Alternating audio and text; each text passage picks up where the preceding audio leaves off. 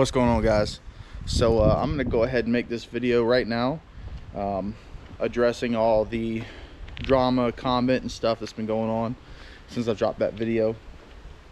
I made that video about, I won't say about almost a month ago, maybe not quite, and I was debating for a long time about posting it, and I decided to post it, and obviously I knew that was going to come with drama. So we're going to go over all the conversations, well, at least some of them that's been going on in the comment section since I posted the video. Currently I'm in Nagano, Japan, to see the snow monkeys, and so I'm going to walk around this cute little Japanese town while I'm telling you guys some more information. So I guess I'll start off right here. Check this out. This little shrine here. I don't know what it's for. I'm sure it's a Shinto shrine. That's what most of them are, or for Buddhism. You go up and ring that bell and clap and bow. So that's pretty cool. Just snowed not too long ago. Got the Japanese mountains over there. Look how beautiful. So, getting straight into it. First thing is that everything I told you guys in that video was 100% the truth. There may have been things that I said in there that were upsetting to some people. Some people might not believe me. I can't help you with that. If you believe me or not, that's totally up to you. I even played a phone conversation and some people still didn't want to believe that was real. So one of the things that kind of irritated me a little bit was some of you guys went into Chucky's comments basically calling him out for stuff that I accused him of. And one thing I've noticed about Chucky is he'll just lie. I mean, he has no trouble lying. Hey, look at this cool little bitch.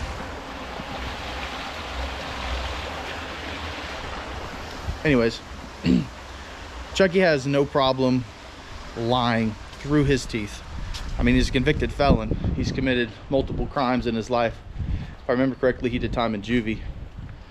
Hell, one of his charges is false information to the police because he had stolen some rims, and when the police called him with the rims, they tried to offer him a deal to tell them where he got the rims from. So Chucky took him to a random house and pointed out a random house and said that's where he got them from, and they raided the house, and it was, I guess, some old lady that lived there that had nothing to do with it. So he has no problem lying to get out of trouble or controversy. One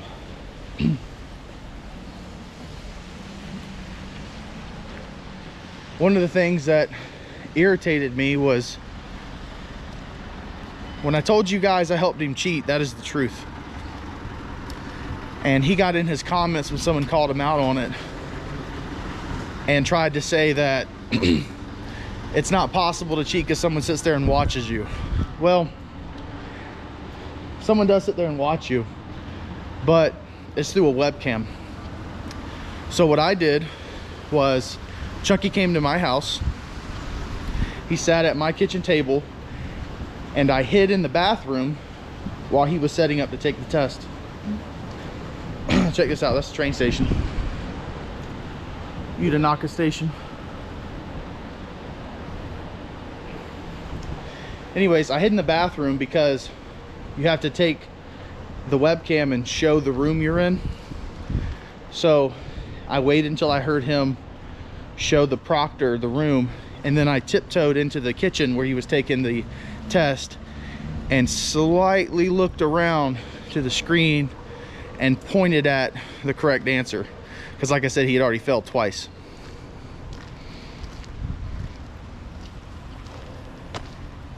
So that was the absolute truth.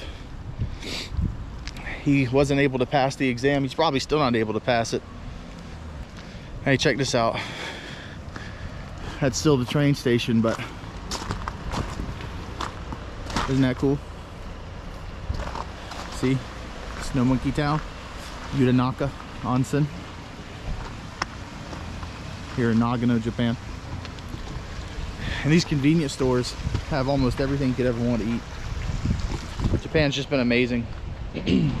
I'm here clearing my head, as I've said in some of the posts I've made on the channel. Now, the second thing that's irritating me is Chucky's wife has decided to go into the comment section and spew a bunch of crap and lies. And it's kind of annoying me. So we're gonna go over those comments right now. So this guy commented, "You need to make their life a living hell." And Brittany, which is Chucky's wife, this is her account, says, he is a liar and a snitch, but this comment won't go up because Brandon screens them. And so I responded. I said, "Brittany, first, name one thing I've lied about, just one. Second, imagine being so morally corrupt that you think calling someone a snitch for reporting a crime to the police is an insult. And y'all are raising a daughter with that mentality. You allowed your husband to lie repeatedly about me and affect my life, but yet you get on here and try to insult me for reporting the truth. By the way, yes, he messed with the owner of the Mexican restaurant's daughter behind your back. That's 100% not a lie." And so she responded to that. And she said, "Yeah, tell them how you're still lying and you screen comments so that no one ever sees the bad truth about you trying to tell on and attack people for no reason. That so-called boy, same age as you, that did nothing wrong ever to you, got a felony charge because you told a bold-faced lie and bold-faced lied to cover your tracks, so you started every bit of the problems with your family. Now, as for your work issues, those have nothing to do with us. You're just, from what we understand, incompetent and a bit off the handle. That's why they let you go." So this is a lie that's been repeated by Chucky and Brett a lot, saying that I was reckless, so I got fired. Now, I addressed a lot of this in my video. And the truth is that I did not get fired because I was reckless. I really got fired because I didn't show up to the meeting. Now, they did send me a termination email, which I'm going to show you guys because I'm not going to hide anything from you. And also have some text messages from the HR lady of the company that I'm going to read that were happening before the meeting was supposed to take place. Just to prove to you that I'm not full of it.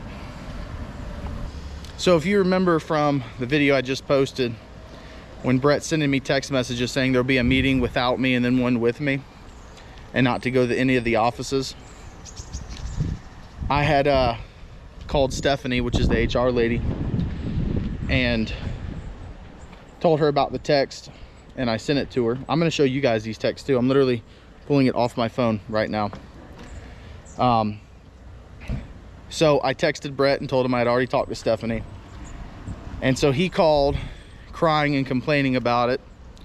And then Stephanie said, "All right, please pause work until you hear from Lowndes and or I this afternoon." And I texted back and I said, "This is not fair at all. I'm just going to go get all my stuff and turn it into the office. I'm not going through this again. This is absolutely ridiculous." And she said, "What's the harm in waiting? Come on now, please take a beat."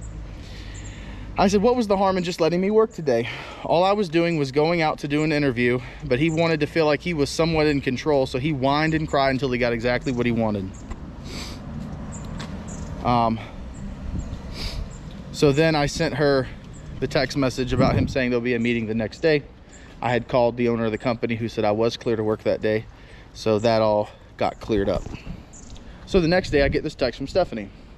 "Good morning, Brandon. I come to you with unsolicited advice for today. Please come in with an open mind and really think before you walk out. If they say Brett is the lead, then just ask them what exactly that means. Can he fire me? If we disagree on a pickup, then on Fridays when Brett doesn't want to work, can I do the pickup alone? Is there any opportunity to stay on with the company and not work with Brett? This job pays you well and you have a practically guaranteed yearly raise. I don't want you to lose that, and selfishly, I don't want to lose you as a recovery agent. Intention and manifestation are real, and if you can go into the meeting thinking that you will find a way to get through this with your job intact, then you probably will." And I responded and I said, "I'm not interested in sacrificing my self-respect for money. Whatever happens is between y'all. I'm not coming. He built this mess. He can deal with it himself. I have other interviews to go to today, as well as errands I need to get done to ensure my family is sustained. She responded, is this a resignation? I don't understand why you won't come speak to us. And I responded, I'm saying that I have already stated that if my employment here is determined by me having to listen to that maniac, I am not interested. And it is absolutely not negotiable. There's nothing more to be said. I don't understand anyone who can claim Brett is the head of anything. I have been the contact point for recovery for the past year and a half. I have been the one every office and manager reaches out to. I have been the one who selects the targets, does the investigation, creates files, and gathers leads, as well as maintain both of our licenses and ensure we are both in compliance with other states and jurisdictions. I've kept our gear in good standing, as well as maintaining relationships with law enforcement agencies and courts. I've been forced out of necessity to put my life on the line and track people down alone because he refuses to work hours outside of the 3 or 4 hour window he's created. Yeah, I may be considered an issue to some as I am by the book, and when I see inefficiency, I have no problem addressing it or calling it out. And my work has paid off. We have the lowest amount of warrants we ever had, and now barely ever pay in a streetment. When me and you and Senior sat in that room, it was told to me that I did not work for Brett or under him, but he had hopes that we could work together. I'm the one that extended the olive branch and got us working back. He's a cruel, narcissistic psychopath who has no problem stirring up crap as soon as he is challenged and he feels my employment here threatens him. Each time I've proven to be successful or to be able to do the work without him, he's come up with reasons to fire me or get rid of me. I fought for myself to stay here for a long time. If y'all want me here, y'all will keep me here. If not, then there's nothing else can be done. But I will not beg to keep a career with a company that I've dedicated so much time to. I've missed family gatherings, birthdays, even funerals for the sake of the company that I've dedicated so much time to. I've missed family. I have stayed committed, even leaving my home in the middle of the night to solve Sinkler's problems out of necessity. No more. So I sent that. I did not go to the meeting. And from what Stephanie told me, Mr. Sinkler come to the meeting, asked where I was, and when she said that I didn't come, he left and said, just get rid of me since I didn't want to show up to a meeting. I would not have been fired if I would have come to the meeting. I don't care what they say. I don't care what the response to this video says. I know that to be a 100% fact. Even the owner of the company's brother, who owns another bail bond company, who I'm very good friends with, has confirmed this on multiple occasions to me. So what Brett was using as evidence of me being reckless was a couple of things. One, it was the ordeal with the Richland County police officer, sheriff's deputy, who claimed that I pointed a taser at him, which I didn't. If you guys want to see that, let me know. I will be more than happy to show you. The second thing he used is we went to a house about a week before this happened, and the guy who we were looking for said that was his address, and he was living there with his mom. So we went to the house. His mother and his mother's girlfriend were there, and the girlfriend was being extremely aggressive and slammed the door in our face, and I kicked the door in and went in there and searched for him. And the cops got called, and it was a big ordeal, but it was fine because there was nothing illegal that was done. So he tried to claim that I was being aggressive for no reason. And not to mention, 2 weeks before that happened in Columbia, South Carolina, Brett tased the wrong person who ran out the back door. Wasn't even the right guy. He also complained about me telling him that it was ridiculous that I wanted to grab 2 people so we didn't have to go to Georgia twice. And I texted him that's ridiculous, and you know, his little temper tantrum like a child made him so upset that he got this meeting called in the first place. So the email I got was this email right here. I'm going to show you guys because I'm not going to hide anything from you, and I'm going to read it too. Brandon, I'm writing to inform you that as of February 18th, 2025, your employment with Sinkler bail bonds will be terminated. This determination has been reached with careful consideration due to reckless decision making and your refusal to come in and speak with your employer. Please bring in all Sinkler bought gear by Friday, February 21st, 2025, bulletproof vest, phone, radio, etc. As for the upcoming Las Vegas trip, I'll tell you all about that in a minute. Please cancel your Southwest ticket and have it refunded if possible to the company card. Forward me any necessary info you have about lodging that has been booked in Las Vegas. Please reach out to me if you have any questions or concerns about final pay, or you need a letter of recommendation. Respectfully, and I'm going to blur out her information. I'm not going to dox people. So that's the email I got. That's why they keep saying that they fired me. Now, I didn't go to a meeting. That's really what it got chalked up to. Plus everything I've reported about Brett, they refuse to do anything about it. You know, Sinclair Bail Bonds in Charleston, South Carolina just refuses to punish someone that did stuff that I've said he did, which is just wild to me. Then we're gonna get into another one of Brittany, which is, again, Chucky's wife's claims. I'm gonna pull that comment up right now. Patrol POV body cam commented on one of Chucky's videos and said, "Go watch Bloodhound Bounty new video. I used to like Brett, but after the allegations on him and Chucky's the guy with the long beard. Brett, just the way he comes in yelling at a fugitive, calling them boy, you can just tell. And Chucky calling Lee saying he's going to kill him and the cops, no good." And Brittany responded down here, "Lee is a liar, good luck. Says he quit every place when he gets fired, makes up his own stories." Haven't made up anything. Haven't made up a single thing. You know, something that really pissed me off when I saw it, because I do watch your comments over there. You know, I mean, Chucky deletes all you guys' comments on there, asking questions about these allegations. Obviously, that's just a guilty conscience. He doesn't want anyone else to know what a creep and a problem he is. But then I get accused of deleting comments. Oh, hold on. There's a cool train over here.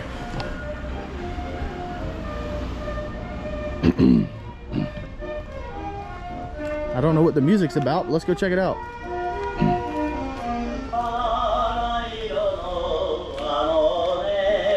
It's one of the local trains here. See, this is the end of the track, so it'll go back the other direction.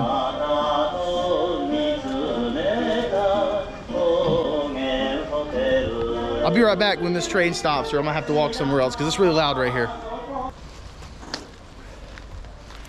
So as I was saying, comments that pissed me off were Brett and Chucky getting in their comments after I quit the police force. And I just want to clear up, someone in the comments said it was a red flag of my mental stability to quit a police department because of this drama. And I'll admit, there was a lot more to it. You know, the pay was only $42,500 a year. And realistically, I needed more than that. On top of I had already had doubts. You know, it took 6 months to go through the hiring process, the background investigation and all that.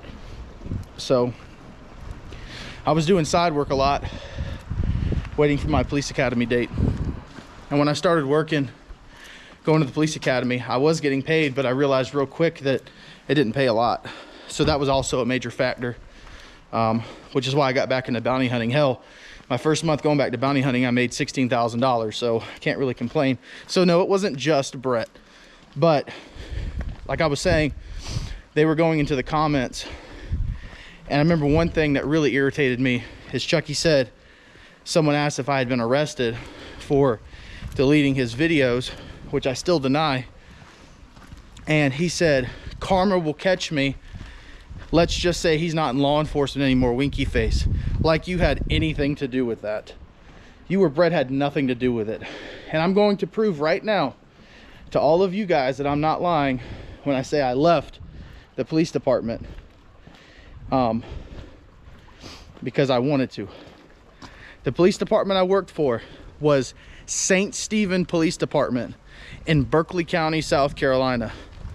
Now, a lot of you guys who watch it are current or former law enforcement who know all about something called FOIA.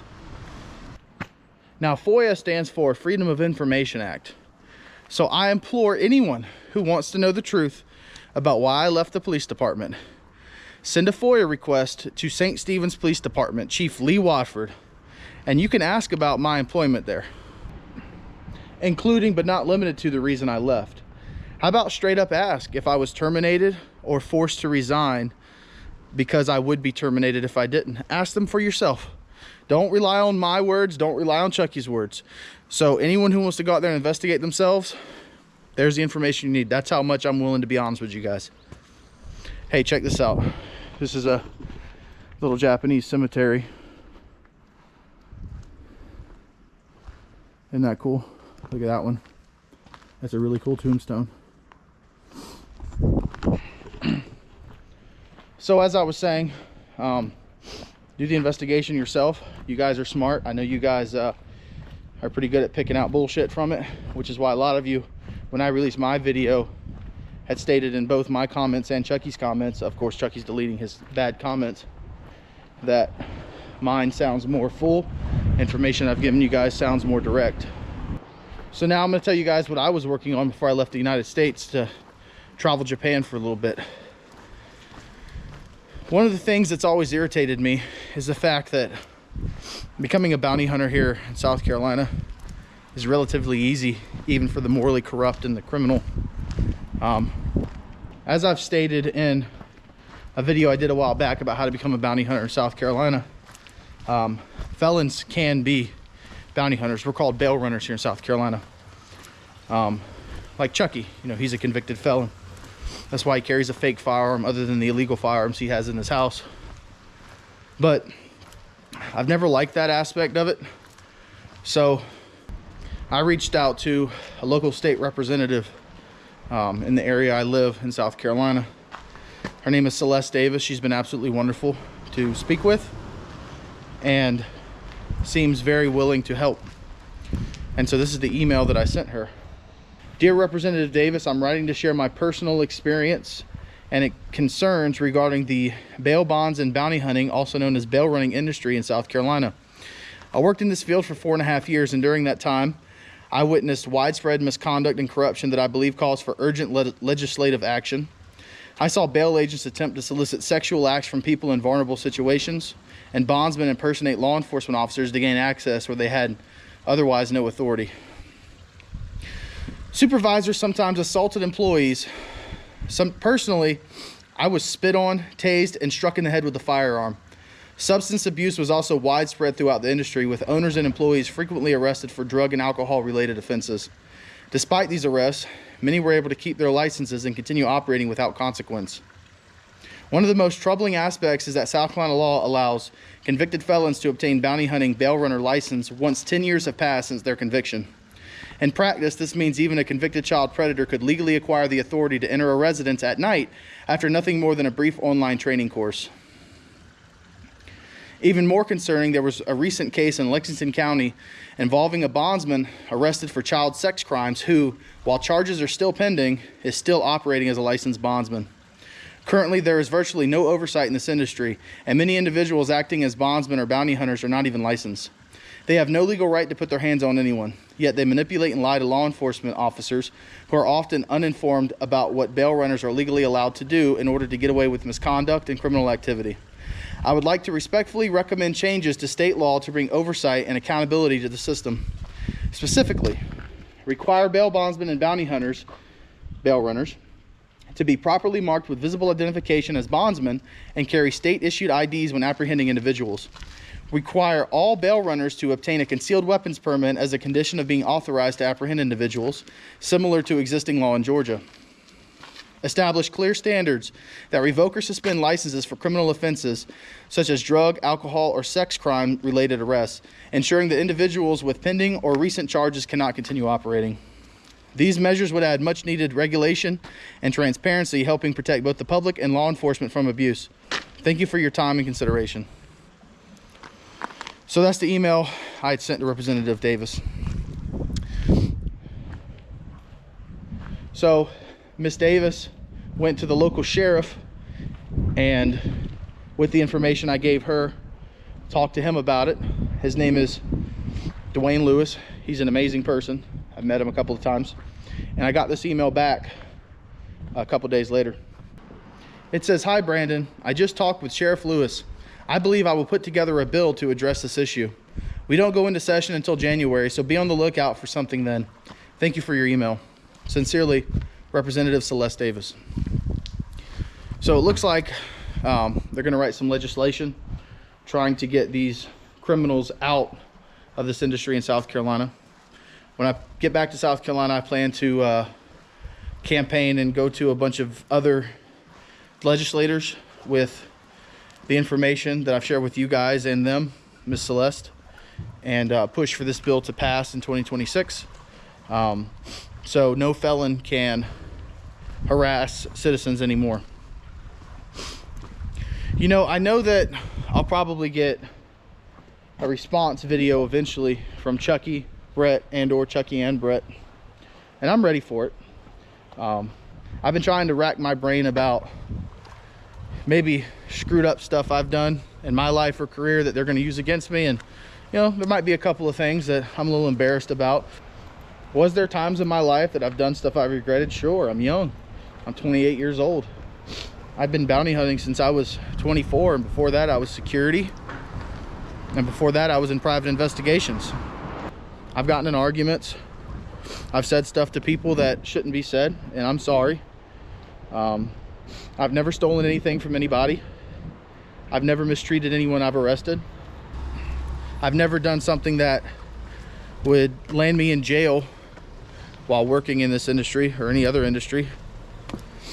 So other than that, whatever they come up with is going to be a complete lie. You know, maybe they'll try to put something together to make it sound like I'm the worst person in the world, and it wouldn't surprise me. So y'all just be prepared for that. Anything they accuse me of or say that I've done, I'll be more than happy to tell you guys yes or no if I've done it or not. Like I said, I've racked my brain and tried to think of something, but I really can't. But other than that, guys, I just wanted to make this follow-up video and show a couple of things around this little town and spending the holiday here. So I love you guys. Like I said, more videos will be coming real soon, hopefully in the next couple of months. So stay tuned.